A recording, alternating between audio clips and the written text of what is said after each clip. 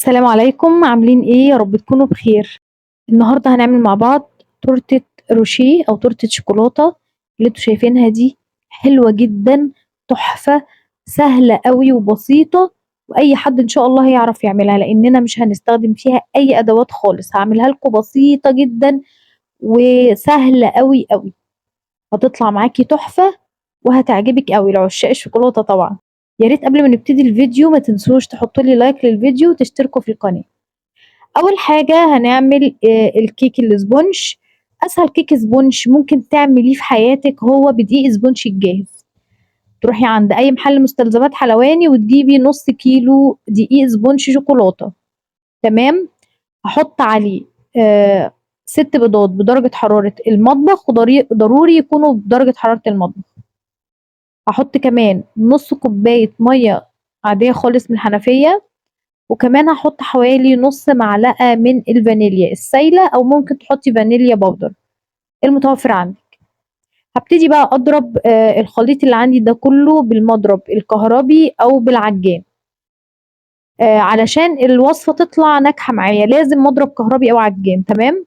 زي ما انتوا شايفين كده الخليط قدامي غامق وسايل زي ما انتوا شايفينه. هنفضل نضرب فيه لغاية ما يتحول للقوام اللي انتوا شايفينه ده. مدة الضرب ممكن توصل معايا من 8 دقايق ل 10 دقايق. ما تزهقيش. لازم تضربي لغاية ما اللون يفتح معاكي ويبقى بالقوام اللي انت شايفاه ده. هلم بس كده الجوانب علشان لو في بواقي في جوانب البولة عندي ولا حاجة. وخلاص كده. هجيب بعد كده صينية عندي مقاس 22 أو 24، ولو عايزة التورتة عالية قوي هتعمليها في حاجة مقاس 20 بس يكون الحافة بتاعتها عالية. هدهنها كلها بالزبدة وهحط ورقة زبدة في القاع من تحت، وممكن تحطي في الأجناب كمان، بس يعني ممكن تدهني زبدة، تستكفي ان انت تدهني زبدة في الأجناب بس.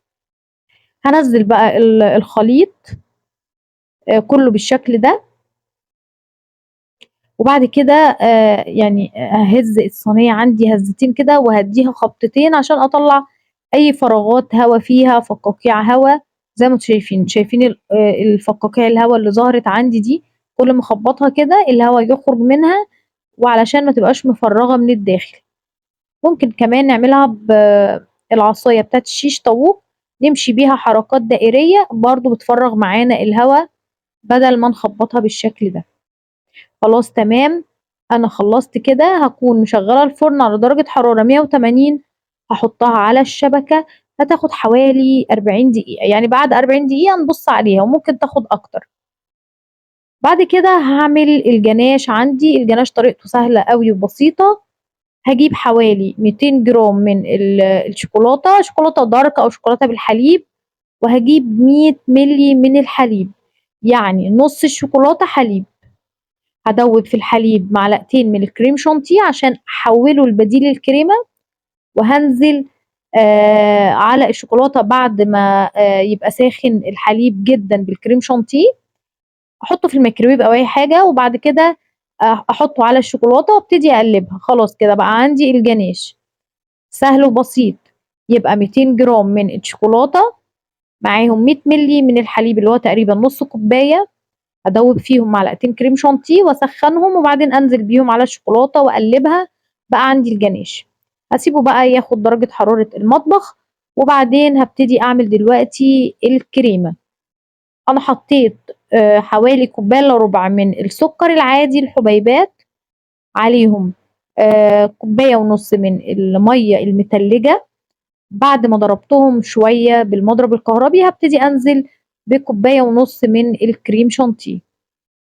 ممكن نستكفي بالتورتايه اللي انا بعملها دي كوبايه واحده بس لو انت مش بتحبي الكريمه كتيره قوي. انا ابتديت طبعا انزل بالميه المتلجه واحده واحده، وانا حبيت اوريكم الخطوه دي علشان ما تغلطوش وتحطوا ميه كتير جدا على الكريم شانتيه فتلاقيه قوامه سال منك قوي. لا، واحده واحده. يعني نضرب لقينا محتاج نحط. تمام. بعد كده انا خدت جزء من الكريمه ضفتها على الجناش اللي انا عملته بعد ما برد شويه، وبعدين خلطتهم مع بعض عشان بس يعني اهدي درجه الحراره شويه. وبعدين نزلت على الكريمة وضربتهم وحطيت كمان شوية كاكاو أعزز بيهم اللون وكمان يدوا طعم حلو. خلاص أنا طلعت هنا الكيكة عندي من الفرن. خدت حوالي من يعني 45 دقيقة بالظبط، وكانت استوت تماما. طبعا لازم تختبريها بخلة علشان تشوفيها استوت من النص ولا لا. قلبتها دلوقتي على شبكة عشان أهويها بسرعة وتبرد بسرعة، وشلت ورقة الزبدة زي ما انتم شايفين كده. الكيكة طالعة عندي هشة وعالية زي ما انتم شايفين كده. أنا مش عاملاها مرتفع قوي لأن أنا هعمل التورتاية عندي 3 طبقات بس. تمام، هاسيبها بقى تبرد تماما، وممكن بعد ما تبرد أغلفها بستريتش وأحطها في التلاجة لتاني يوم، وبعدين أزينها تاني يوم مفيش مشكلة. كل ما تبرد عندي يبقى تزيينها أسهل والتعامل معاها أسهل يعني. بعد كده هاشيل بقى كل الطبقة اللي على الوش دي. شايفين كل اللي أنا باشيله ده؟ الطبقة دي يعني بتبقى بتزفر الكيكة وما بتبقاش حلوة، فما ينفعش نسيبها في التورتاية، لازم نشيل الوش ده خالص. لو في حتة عالية ولا حاجة بنسويها. بعد كده بالطرنش، أنا عندي المنشار بتاع التورتة بس ما رضيتش أعمل بيه. هعلمك ازاي. لو عندك سكينة طويلة تبتدي ان انت تقطعي بيها الطبقات. هتعلمي يعني انت علمتي كده بالتساوي 3 طبقات. تمام، خدتي اول طبقة والتانية. خلاص هنبتدي نمشي بقى. دي اول طبقة. شايفين انا بمشي واحدة واحدة، يعني بعمل حز متساوي علشان تطلع الطبقة متساوية عندي بالشكل ده. بعد ما عملت الحز بروح داخلة مرة واحدة بالسكينة وقطعة الطبقة عندي.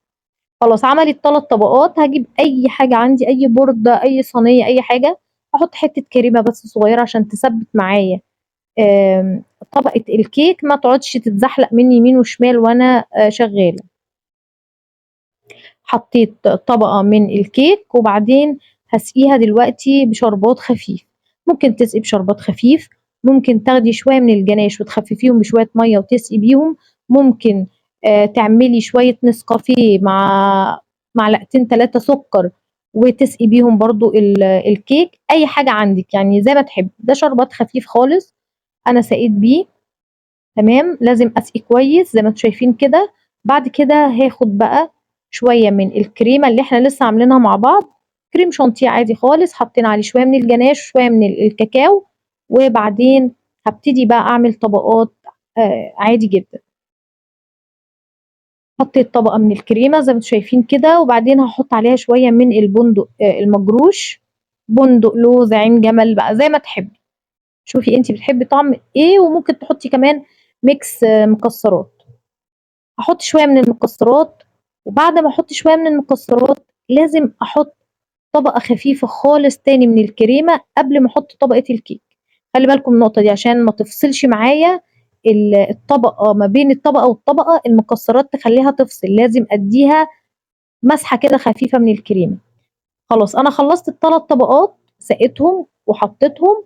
وبعد كده حطيت بقى شوية حلوين كده محترمين من الكريمة علشان اعمل كفر خارجي للتورتايه.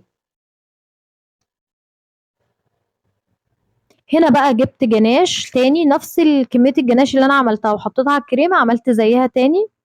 تمام، وبعدين جبت بقى شوية من المكسرات متكسرة مش ناعم قوي، يعني نص تكسيرة كده. وبعدين هقلبها كويس على الجناش. طبعا التورتايه انا خدتها حطيتها في التلاجة، لازم تحط على الاقل ساعة في التلاجة او في الفريزر.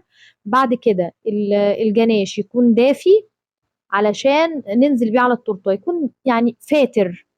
تمام، انا نقلتها دلوقتي على شبكة عشان لما انزل عليها الجناش يتصفى من عليها. شبكة وتحتها صينية كده. بعد كده هنزل بقى بيه كله زي ما انتم شايفين كده. يبقى التورتايه ساقعة والجناش فاتر، يا دوبك فاتر او يعني واخد درجة حرارة المطبخ. تمام، انا نزلت بيه كله زي ما انتم شايفين كده، وزعته كويس على التورتايه صفى تماما. بعد كده هاخد بقى التورتايه واحطها في التلاجة. وخلاص انا يعتبر كده خلصت التورتايه بتاعتي. انا ما استخدمتش فيها ولا كيس حلواني ولا اي حاجه خالص. ما انا ما استخدمتش يعتبر ادوات نهائي. اسهل تورته شوكولاته ممكن تعمليها في حياتك، واطعم تورته شوكولاته طعمها رهيب خرافيه. انا دلوقتي ببتدي ان انا اقطعها. هقطع على 4 زي ما انتم شايفين كده. بعد كده كل ربع بقطعه 2. تمام، زي ما انتم شايفين كده، بالراحة خالص، واحدة واحدة. وبعد كل تقطيعة بنمسح السكينة عشان التورتاية ما تتبهدلش مننا. خلاص، انا خلصت كده. وطبعا لازم تحطيها في التلاجة، ويا سلام لو عملتيها وتاكلي تاني يوم. يعني ما تعمليش التورت عامة وتاكليها في ساعتها، لازم تقعد في التلاجة فترة كويسة.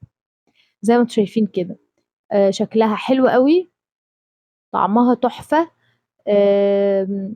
جربوها وإن شاء الله هتعجبكم. يا رب يكون الفيديو عجبكم واستفدتوا منه أي حاجة. لو عجبكم الفيديو ما تنسوش تحطوا لي لايك وتشتركوا في القناة، وكمان اعملوا شير كتير للفيديو. أشوفكم على خير في فيديو جديد إن شاء الله. مع ألف سلامة.